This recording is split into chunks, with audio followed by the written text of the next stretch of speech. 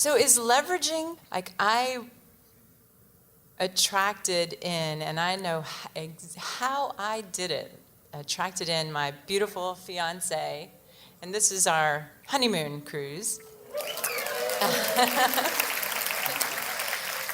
And it just felt so good to deliberately feel what it would feel like to have him in my life. And we played this game and about feeling what it would feel like to have our home. And we had our home within 3 days.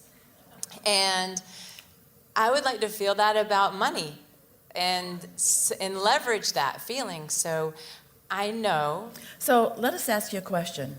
Was the thought about the new home a less familiar thought or subject than the thought about money? Yeah.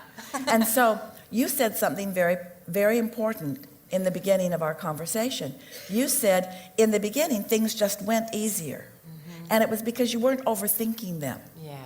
And you were focusing upon some new things.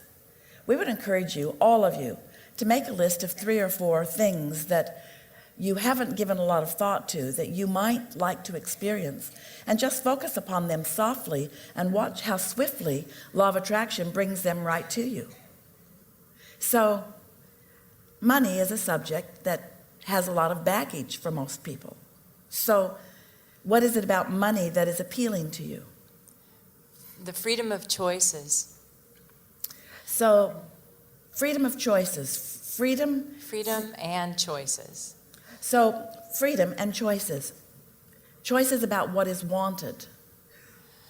Not freedom from bondage or freedom from unwanted things, but freedom for wanted things. Yes. So as we offered that to you, did you feel any difference in the way you were feeling? Did any of you? There are some words that you use that are loaded. They're loaded with engines that go that way. Money is one of them. Mm-hmm. Freedom is another. Love is another. Because often you use the word wanting to go that way, but your vibrational patterns take you that way. Yeah. Isn't that interesting? Mm-hmm. So you have to find a way of freeing that up so that freedom really does feel like freedom. It doesn't feel like freedom from things I don't want to do. It feels like choices. We like the way you made that distinction. Freedom and choices. Choices. So which feels lighter to you, freedom or choices? Choices. So choices is a better word for you to use. Choices. I choose. So what kinds of things are you choosing? What kinds of things am I choosing? I choose fun. Great conversations, lighthearted conversations, happy. Yes. Choose delicious. So you're doing a good job in that you're choosing the emotion.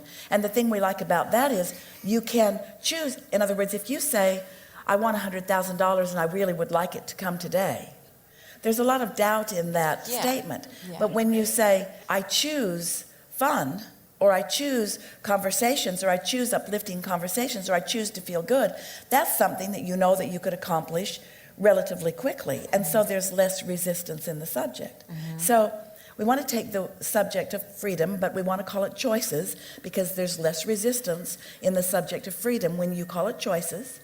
So let's take the subject of choices and tell us some of the things that you are choosing. I'm choosing to sit in this chair. Yes. I'm choosing to have this dialogue with you. All right. So you're doing a good job of focusing on it as if it is now. Yeah. But what about what's coming? In other words, what about the choices that you've already put into your vortex? What about those choices that you would like to line up with? What choices do you think are there that you would like to activate within yourself now? This is good. What choices did you make along the way? Now, hear this. You're really going to like this. The conditions under which you made many of your choices were in contrasting situations where knowing what you don't want shot off a rocket of what you do want. Following? Yep.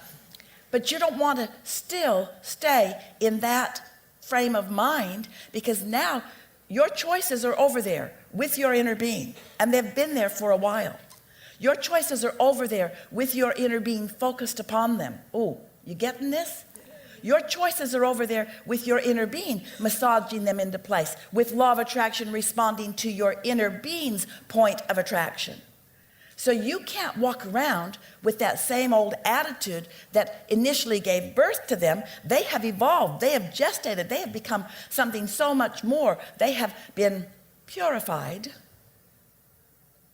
in this vortex. That's why you want to meditate, so that you are in the same vibrational range that your desires are. You getting this? Yeah. So you just can't hang around thinking the thoughts that you thought that made you desire those things to begin with. You got to move off that. You've already given birth to it. Now it's time to put diapers on it. Now it's time to begin the mastery of aligning with your choices. So what are some of the things that you've put there? A You comedic television sitcom, being a comedian on a television show with a group of people that I laugh with and play with and enjoy, and get to work with amazing creative individuals and feel amazing. Stop for a moment, and as you are describing that to us, you think it's in there, and you I think pray that it's in there. there you go. That's the doubting. Yeah. That's the doubting that was present in that conversation. Did you feel it? Yeah. As she was speaking it? So what we're getting at is, when you say those things, you're still trying to launch it over there, Yeah. rather than going over there where it already is, because over there it's done. It's done. It's done. You've got to feel the doneness of it. And if you can't do it on that subject, stay off of it. Okay. Because when you try to do it on a subject where you're not up to speed, you practice the out of the vortex stance that you were in when you gave birth to it to begin with. This is a leading edge conversation we're having. You're getting it, aren't you? So what do you think would be the logical thing to do about all of the things that are in the vortex?